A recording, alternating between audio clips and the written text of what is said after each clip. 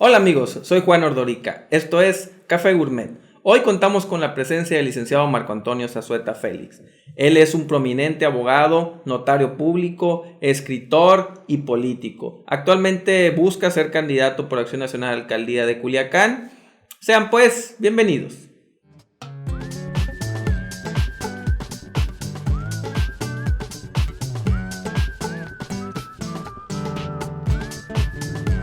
Licenciado Marco Antonio, muchísimas gracias por haber aceptado la invitación aquí con nosotros a Café Gourmet. Gracias a ti, Juan, por invitarnos. Yo encantado de estar contigo y con tu público. Es un placer tener a un abogado tan respetable y notorio aquí en el programa.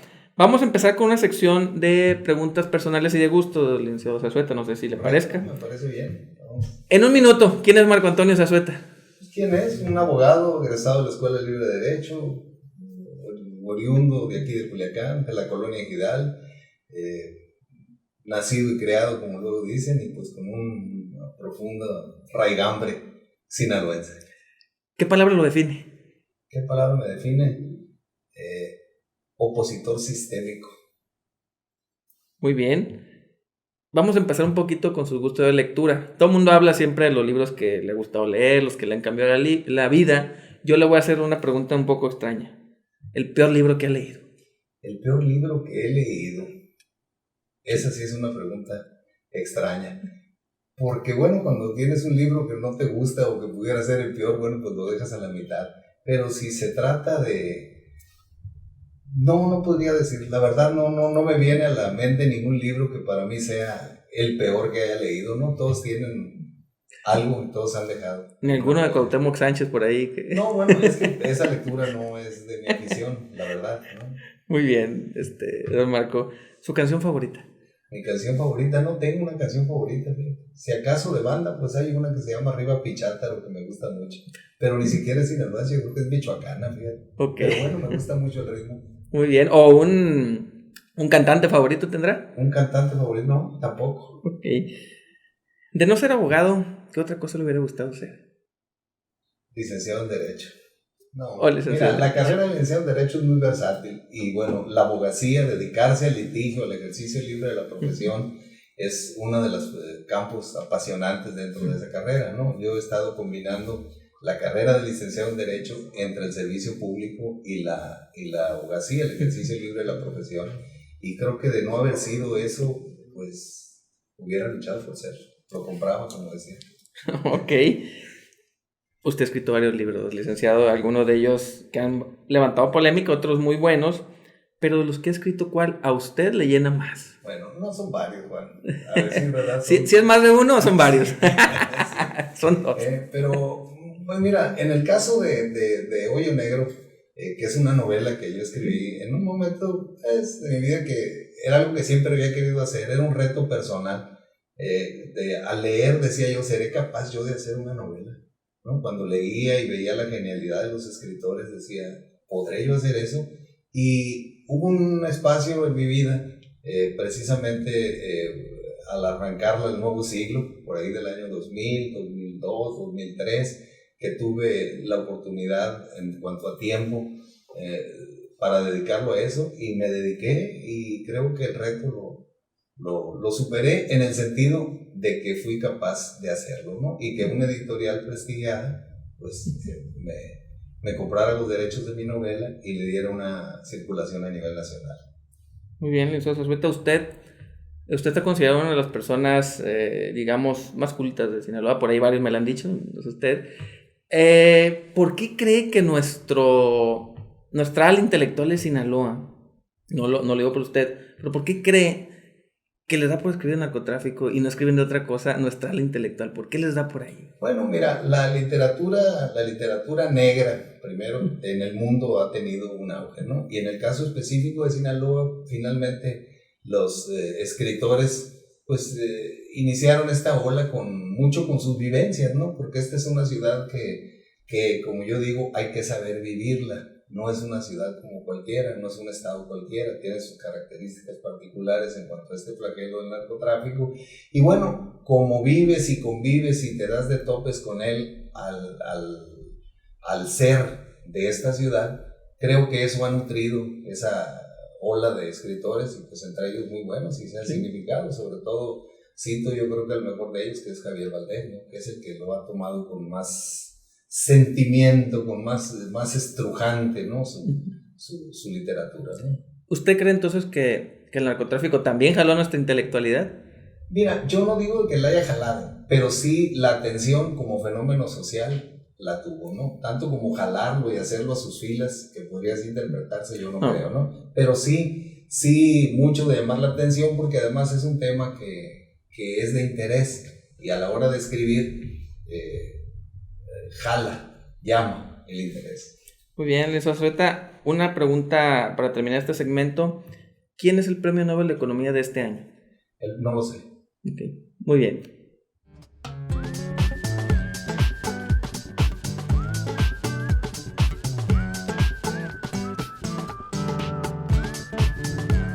Luis Azueta, usted es un abogado, un licenciado en Derecho que es multifacético, es notario, ha litigado, pero sobre todo en el área del derecho, en el derecho electoral, tiene la parte profesional. Quisiéramos hablar de eso, pero antes de pasar a eso, nos gustaría que con un tema de moda que está en los periódicos locales y nacionales, el tema de los penales federales, que por ahí se fugó alguien. Usted fue encargado del sistema penal nacional, ¿no? Sí, 2 años me tocó ser el director general de Prevención y Readaptación Social, que en ese entonces administraba los penales de máxima seguridad en este país, y era el normativo de todo el sistema penitenciario nacional. Ya estaba Almoloya, ¿no? Sí, claro. ¿Cómo? Sí, teníamos 2 penales de máxima seguridad en ese entonces, y a mí me tocó iniciar el tercer penal de máxima seguridad, que fue en Matamoros. Había Almoloya, estaba Puente Grande, y me tocó a mí echar a andar Matamoros. En Almoloya, ¿qué pasó? ¿La cárcel estaba diseñada mal? ¿Apagaron todo? ¿O usted que estuvo encargado y vio de cerca esa cárcel, falló la cárcel o las personas? Por la fuga de... Sí. Si te refieres a la fuga de Joaquín Guzmán, es una falla de seguridad nacional.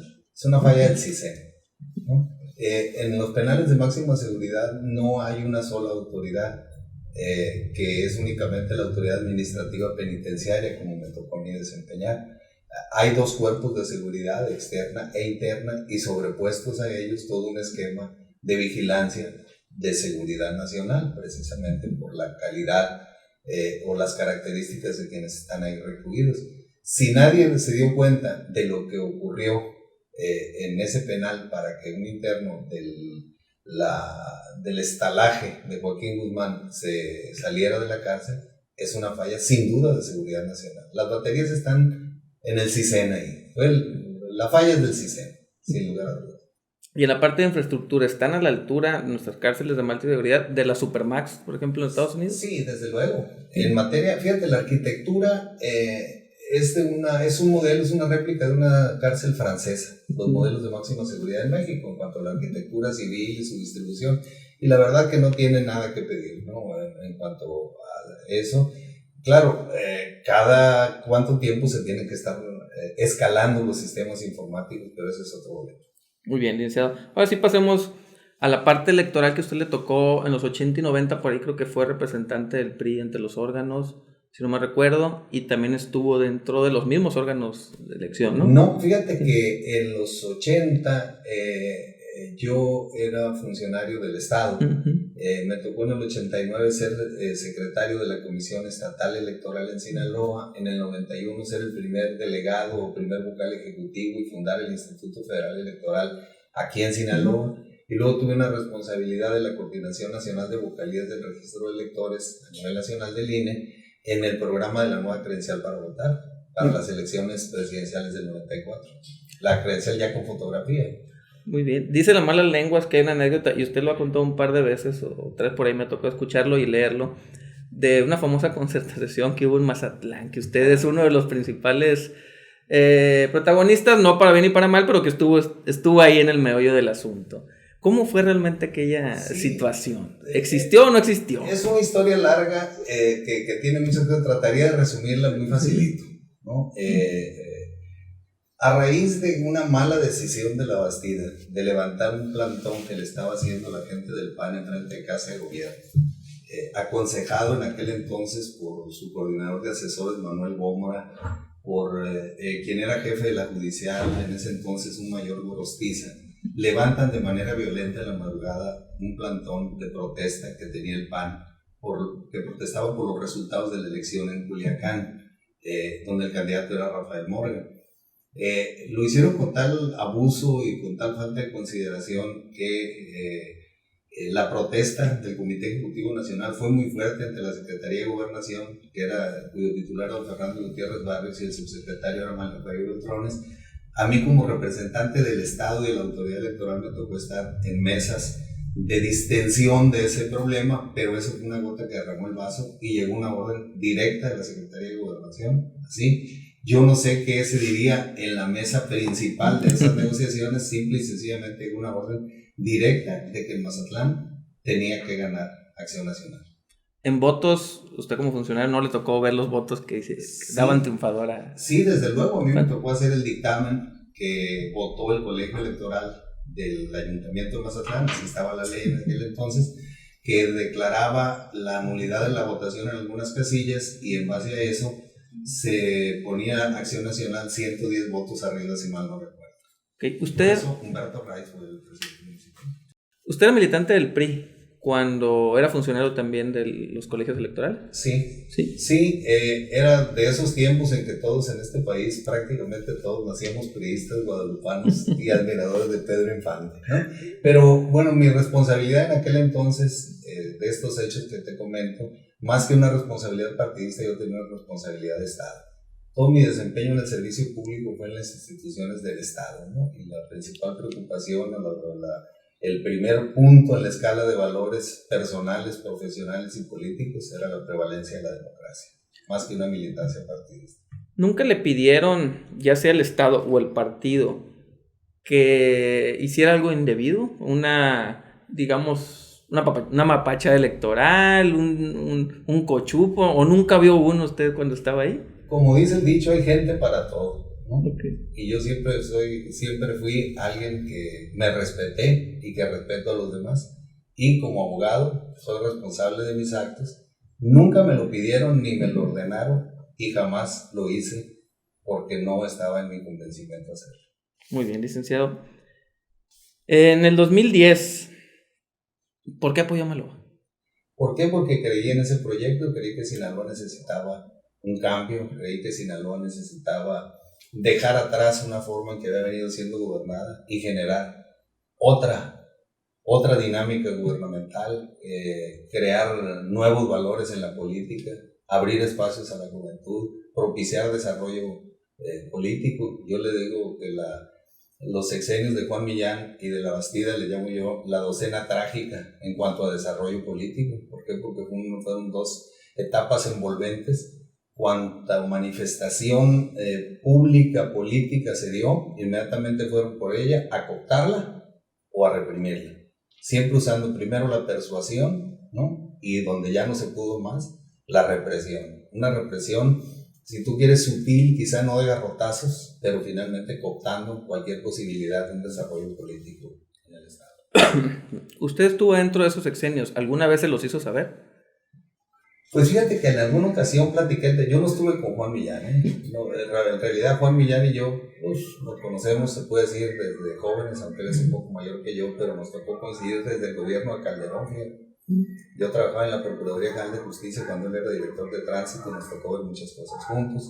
Luego que él terminó ese gobierno, llegó con Toledo Corvo, yo era director de asuntos jurídicos, cuando él anduvo envueltos en líos ahí por concesiones que le imputaban como mal otorgadas, que a la postre fueron revocadas, de transporte, en fin. Entonces hay un largo conocimiento y un respeto mutuo, pero nunca hemos sido correligionarios políticos y nunca he coincidido con él y nunca he compartido con él, ni creo que lo vaya a hacer porque no estoy de acuerdo, ni con él, ni con su forma, ni con su método. Sin embargo, coincidieron en el 2010. Coincidimos en el 2010 sin vernos ni una sola vez para estos efectos, porque ahí sí yo se lo dejé muy claro a Mario López Valdés y él es testigo de eso, que le dije yo te ayudo, aún sin estar de acuerdo con muchos de los que nos están ayudando, ¿no? Y la respuesta siempre fue de él, los necesito a todos para ganar. Okay. Y bueno, ganó. ¿Por qué perdió el PRI? Usted escribió un libro al respecto que incluso sigue generando polémica todavía al día de hoy. Hay un par de candidatos ahí que se refieren a ese libro y no les gusta, les de escozor. Sí. En realidad no lo escribí yo, fue una idea que se ocurrió ahí con un grupo de amigos, no es una idea únicamente propia, pero bueno, alguien tiene que hacer punta, lo hice yo y convencí a 7 ensayistas de que participaran dando su óptica del proceso, ¿no? Como fueron ópticas muy honestas, muy objetivas, desde diferentes puntos de vista sobre un mismo suceso, es por eso que tuvo alguna aceptación y sigue siendo referente. Además, ese fue el objetivo, fíjate. Yo lo digo en la presentación. Van a venir nuevas elecciones en Sinaloa, el devenir político sigue, y cuando queramos echar un vistazo a qué pasó en el 2010, aquí vamos a tener un referente escrito, porque la nota, la noticia diaria, pues se va, ¿no? Sí. Y esto queda. Muy bien, don Marco. Una pregunta de cultura general muy sencilla. ¿Qué representa pi? No el valor de pi, es 3.14, pero ¿qué representa? Es el radio... es el diámetro de la circunferencia. Así es. Sí. Las veces que el diámetro cabe en el círculo. Las veces que el diámetro cabe en el círculo. Así es. Gracias.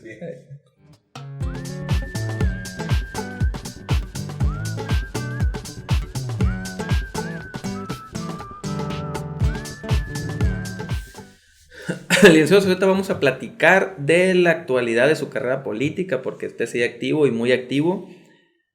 ¿Por qué escoger el PAN una vez que termina el 2010? Muy poquitos se vinieron de ese movimiento al PAN. Usted fue uno de ellos. ¿Por qué venirse al PAN? Bueno, primero déjame decirte que fue un asunto de etapas, ¿no? Cuando en 2010 yo era secretario técnico del Consejo Político del PRI, Consejo Político Estatal del PRI. Antes fui consejero político nacional, ocupé cargos en la estructura del Comité Ejecutivo Nacional del PRI. Cuando yo decido apoyar a Mario López Valdés, para mí fue una cuestión de convicción, no de conveniencia, ni momentánea, ni producto de un acelere del momento, ¿no? Sino fue una situación perfectamente reflexionada. Entonces, eso significó enfrentarme a un partido en el cual yo había hecho una carrera, ¿no? Entonces, cuando concluye ese proceso y termina ganando Mario López Valdés, yo tengo vergüenza, ¿no? Y tengo principios, y lo que no tengo es cara para volverme a parar enfrente como si nada y recorrer esos pasillos que desde mi óptica y con mi trabajo, bueno, pues le generé una pérdida, o colaboré, mejor dicho, para que tuviera una pérdida. Entonces, por eso digo que fue una decisión por etapas. Entonces, la primera decisión fue separarme. Primero me separo del PRI, me separo del cargo primero y luego renuncio al partido político, porque yo no tenía cara para volver, ¿no? Yo tengo vergüenza. Entonces, como no tenía cara para volver, pero me gusta la política y quiero seguir activo, empecé a ver en el espectro de partidos políticos en cuál podría seguir yo mi militancia, ¿no? Porque yo no creo tampoco en el tema de independientes y no existía en ese entonces constitucionalmente hablando. La democracia se hace con partidos políticos, más buenos, más malos, menos buenos, como los quiera catalogar cada quien, pero finalmente la democracia es un sistema de partidos. Entonces empecé a ver en el espectro de partidos políticos y fue en Acción Nacional donde coincidí mayormente con su trayectoria, con su declaración de principios, con sus principios de doctrina, y como había tenido la experiencia de trabajar con varios miembros de Acción Nacional precisamente en ese proceso del 2010, eso fue lo que orientó mi decisión y solicité mi afiliación de manera libre, como lo establecen los estatutos. ¿No tuvo remordimiento después de lo que tuvo que hacer en los 80 y 90? No, claro que no, pero remordimiento. No, es una broma, de tenerlo como enemigo y luego... No, pero yo quiero dejar muy claro, una cosa es la responsabilidad al frente del Estado, vamos a decir, como organizador de elecciones. Yo tuve excelente comunicación con quienes en aquel entonces representaban al Partido de Acción Nacional. Ahí está el don Lorenzo Gómez Leal, en el 89 era presidente del PAN, cuando yo prácticamente presidí o organicé la elección del 89, Tarcisio Silva, el propio Luis Roberto Loaiza, el propio Rafael Morgan. O sea, yo con ellos siempre tuve una relación de respeto y de comunicación, y como les dije, señálenme cualquier falla, cualquier cosa que vean en mi actuar, y siempre tuvimos la buena comunicación, ¿no? Y lo recibieron bien. La verdad que sí. Yo creo que yo en la llegada al PAN entendí por qué dicen por una patria ordenada y generosa. Son generosos, Acción Nacional es generoso. Licenciado Zazueta, ¿quiere ser candidato a alcalde? Sí quiero. Por Acción Nacional, obviamente. Por Acción Nacional. Ok.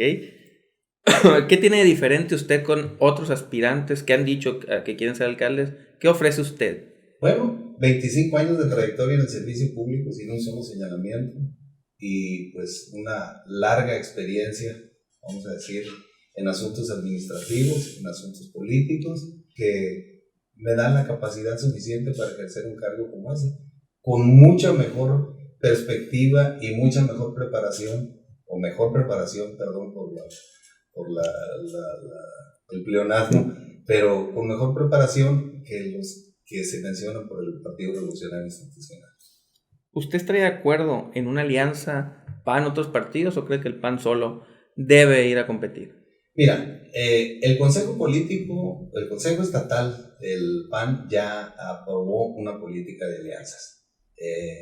Yo creo que es una decisión institucional, un partido que tiene sus órganos de gobierno, sus órganos deliberativos, así lo decidieron, y ya creo que los militantes comprometidos, ¿no? Lo que tenemos que hacer es, después de que se delibera y se dan los espacios de discusión y se toma una decisión, apoyar esa decisión, ¿no? Por tanto, en lo personal, estoy convencido que las coaliciones son buenas, hay que negociarlas con altura política y con la mejor conveniencia para Acción Nacional, y que además tenemos que hacerlo porque es un mandato de los órganos de gobierno del partido. ¿Cree que el PAS fuera buen aliado del PAN? Yo no creo que el PAS fuera buen aliado, al menos no en esta coyuntura. ¿Y por qué? ¿Por qué? Porque con la nueva ley de partidos políticos, cada partido registra sus propias listas de representación proporcional. El PAS, con la condición que ha puesto Héctor Melesio Cuen, que de eso parto, de que él quiere encabezar la candidatura a gobernador, yo creo que con esa condición el PAN sale perdiendo y mucho, porque gran parte de la presencia de Acción Nacional quedaría fundida en esa campaña, y al tener nuestra propia lista de representación bajaríamos bastante en posiciones, porque el voto se orientaría tanto del PAN como el propio del PAS hacia ese lado, al estar encabezando un candidato como Cuen o de cualquier otro partido. Digo, Cuen es la cabeza visible, es el que lo ha dicho por el PAN. No lo digo por él en lo personal, lo digo que si el PAN tuviera que ir como tiene que ir en una coalición, o está autorizado para ir en coalición, debería hacerlo con un candidato emanado del Partido de Acción Nacional. No un candidato de la coalición, sino del Partido de Acción Nacional, que propondría a la coalición de partidos políticos. Y en la parte que también se vale en la política usar el término moral, aunque dicen los periodistas que no, pero yo considero que sí, ve correcto, moral y ético, más que moral ético, que en este caso el maestro Cuen quiere encauzar una alianza, pero hace negociaciones tanto con el PRI como con el PAN y no le molesta, y el PAN no dice nada. Bueno, la verdad es que él es prácticamente dueño, no líder de un partido político. Entonces, pues como tal, busca lo que mejor le conviene. Yo no lo puedo criticar por su caso de conveniencia. En tal caso, la crítica sería hacia adentro. No a él la crítica, el partido que no haya puesto un límite. No, por eso es lo que yo digo. El límite puede ser perfectamente eso. Vamos en coalición, nada más que el candidato a gobernador emana del Partido de Acción Nacional. Creo que esa debería ser la postura de la autoridad partidista. Aún cuando, disculpe si soy tan reiterativo con esto, aún si Cuen aceptara él no ser candidato a la gobernatura, fuera un propio panista, aún así se le cree que fuera buen aliado del PAS. Yo creo que sí, en esta coyuntura sí. Con un candidato a gobernador emanado del Partido de Acción Nacional, seleccionado conforme a los procedimientos del Partido de Acción Nacional, creo que sí se sumaría el partido sinaloense en esta coyuntura, en esta elección que viene. Bien. ¿Quién le ve más posibilidades al interior del PAN para ganar la candidatura? No la gobernatura, la candidatura. ¿A quién le veo más posibilidades? De ganar la candidatura al interior del partido. Yo creo que primero habría que pensar si va a haber un candidato del PAN en la coalición, ¿no? Ojalá que así sea, así lo tiene que negociar la dirigencia, creo que somos el partido de los que buscan la coalición, el que tiene mayor presencia y por tanto tiene el derecho y la legitimidad para proponer el candidato a gobernador. Y en este caso pues es muy aventurado decir quién ganaría, ¿no? Hay quienes han levantado la mano, el senador López Brito, Martín Heredia, Roberto Cruz, que ya anda en su propia peregrinar también diciendo que quiere hacerlo. A lo mejor, una vez abierta la convocatoria, surgen otros nombres. Entonces es difícil anticiparlo desde ahora. Replanteo la pregunta. ¿A quién le ve más fortaleza para ganar la candidatura? ¿Quién ha trabajado más fuerte para tenerla al interior del partido? En una elección con... Sí, interna. ¿Quién ganaría? Martín Heredia. Ok. Ya, usted es un experto iniciado en la parte electoral. De hecho, me tocó varias pláticas, eso sí son varias, acerca de lo que tiene que ser una campaña, la metodología, las formas y los límites. Seguramente usted ya ha visto alguno de los precandidatos que está muy cerquita de romper esa legalidad para poder ser impugnado. Ya vio a 2 o 3, tanto el PRI como el PAN, que estén cerquita de romper esa raya, que pueden ser posibles demandados en su momento. Mira, es que tendrían que haberlos denunciado desde ahora, okay, ¿no? El proceso electoral tiene lo que se llama la definitividad, ¿no? Es una característica propia o un principio fundamental, ¿no? Del proceso.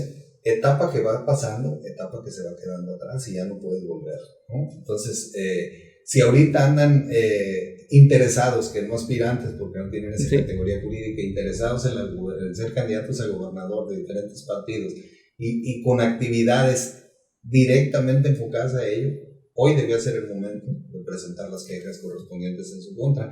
No se puede adelantar como erróneamente lo han hecho. Lo hizo Miguel Ángel Ochoa Aldana estando todavía en el INE al frente. No se puede adelantar de que es una laguna de la ley y que pueden hacerlo, porque el Tribunal Electoral nos ha demostrado que analiza cada caso en su propio mérito, analiza las pruebas que le aporten, no es lo que te parece ni lo que estás viendo, sino lo que está en el expediente, y en su propio mérito creo yo que sí habría elementos para una queja. Y hay algunos que no puedo asegurar, ¿no? Porque no soy magistrado del tribunal, pero creo que razonablemente con posibilidades de éxito de que declararan un inicio anticipado de campaña. ¿Quiénes? ¿Quiénes en este caso? En este caso, si usted... Gerardo Vargas, sin duda, por el PRI. Quizá Martín Heredia tuviera un problema también por el PAN, con esos espectaculares que colgó con una disque portada de un periódico. Inclusive hay un precedente en Tamaulipas similar, donde el tribunal declaró que era ilegal ese tipo de propaganda, reproducir una portada de un periódico, una revista. Creo que él estaría, creo que no se escaparía de ello un Daniel Amador también, con los espectaculares que está colgando por todo el estado. Pero ¿qué pasa? También hay estrategia en esto. A ver, si tú ves que alguien no va a llegar finalmente a la candidatura, ¿para qué lo impugnas? O sea, la verdad que es una victoria pírrica, ¿no? Es decir, si de todas maneras tú velas tus armas y ves y dices, porque es una contienda finalmente la electoral, y dices, bueno, Gerardo Vargas y Daniel Amador, ¿no? Van a ser candidatos, bueno, ¿para qué te desgastas en una denuncia, ¿no? Entonces, digo, quizás sí los están viendo y por eso es que nadie se queja. Tiene razón. Para terminar, un par de preguntas más, licenciado Zazueta. El primer candidato a la gobernatura del PAN que tuvo en la historia. El primer candidato a la gobernatura del de, PAN, Sinaloa. En la historia. No lo recuerdo. Okay. Y por último, palabras finales. ¿No fue don Andrés Joya? No, fue Cáceres de Pedida de Mazatlán. Cáceres. De Mazatlán. Recuerdo don Andrés Joya, voy a decir. Sí. fue con Toledo. En tiempo de Toledo, Cáceres. De Mazatlán, fue el primero. Entonces, de hecho está su pintura en el partido, de los respetables que están ahí, él es uno de ellos. Palabras finales, licenciado Zazueta, de esta entrevista, algo que quiere decirle al público, a la audiencia. Bueno, agradecimiento contigo por la invitación, creo que es una charla agradable, interesante, un modelo de entrevista diferente, ¿no? Que creo que salvando el caso de la mía y con los demás que vengan, le va a gustar. Muchas gracias, licenciado. Un saludo a todos. Es un honor y muchísimas gracias haberlo tenido aquí con nosotros. Amigos de Café Gourmet, los esperamos en la siguiente entrevista y agradecidos de haberlos tenido hoy con nosotros. Muchas gracias. Gracias a ti.